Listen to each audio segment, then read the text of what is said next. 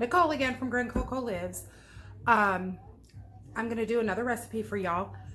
This one is a good one, but you're going to think I am crazy and you're going to think that it's an utter mess. So I'm going to make you a cheese shell. That's it. It's one ingredient. It is used for taquitos, taco shells, a wrap. So delicious and so easy to make.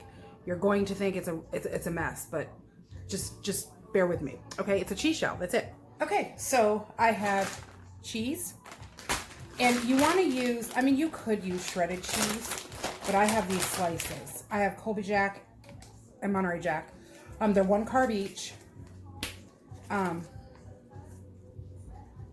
going to use the Colby Jack just so you can see what it looks like easier. But you can use the shredded. It's just, I think it's easier to do this. And then I have a chaffle maker. It's a mini dash. You get it for $9.99 off of, or $10.99 it might be, off of Amazon, or Kohl's sells them. Walmart used to sell them. I don't know if it still does. However, you do not need this. You can do this on a pan. So let me tell you that I am a junkie with things. Like, if they come out with a new sugar or sweetener that is keto friendly, I want to try it, so I buy it. If they come out with a new gadget, I want to try it, so I buy it. So, but you can do everything that I do on keto without purchasing any of this stuff, okay? So I'm talking the tools. I mean, obviously you have to do some ingredients, you know, you can't have sugar, so you have to buy sweetener elsewhere, but you know what I'm saying. So all you need for this is a lonely piece of cheese. You can even use the American cheese. Any cheese will do. And either heat a pan on the stove, griddle, a waffle maker, the mini dash. You could do this on an outdoor skillet. You can do it on a frying pan. It's doable. You can even do it in the oven. Okay? So what we're going to do is you're going to take your mini dash or whatever vessel you're doing. You do not have to grease your pan. Cheese has oils, okay? You're just going to put it on your pan. You're going to hear it sizzle, and you're going to close it, and you're going to not freak out. Leave it alone. Give it maybe a minute or so.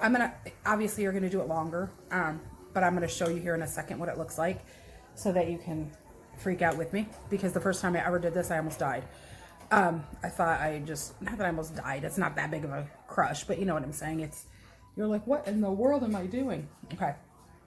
So I have, I think 3 of these, and then I have one that has 4 vessels, and then I have one that's shaped of waffle dogs. I use them all the time. These ones I use all the time. The other ones occasionally. Okay. Here we go. You ready to die? Do you see that? I'm gonna unhook you so you can see what I'm doing.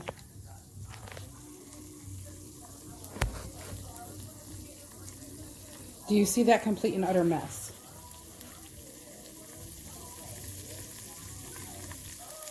Do not panic. Do not panic. Let it go for another minute. Just let it go. Okay? Okay, we're back. It's been about 2 total minutes, and it looks like it's starting to brown. And this is where I'm trying to push it closer without touching it because it's hot as blazes. Now you're going to unplug it. Click, unplugged, and leave it alone. Just leave it alone open. And wait another couple of minutes. Yeah, it looks disgusting. I know. I got you. Let me see if I can hold it up without killing myself.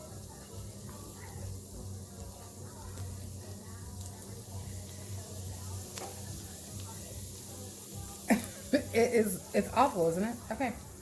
Okay, I'll be back in 2 minutes, maybe a minute and a half. Okay, so this has been cooling a little bit longer than I said, a minute and a half to 2 minutes. I've cooled it about 2.5 to 3 minutes. I got sidetracked with my dog, so, but it's still gonna work as long as it's still warm. So you're gonna get your knife. Be careful you don't scratch your, I know it's probably not the smartest thing to do. Just bend the edge and slowly pull it out. If it gets stuck, you just work it. And you'll know if it's not, if you didn't cook it long enough, it'll be too soft to pull out. You just let it cool a little bit longer, that's all. But it should come out relatively easy. See, for me, this front part's great. This back part is oh, there it goes. I was gonna say it's not done enough, but it is. Okay, I lied, okay. Peel it out. Let me try to do it sideways so you can see what I'm doing. There you go.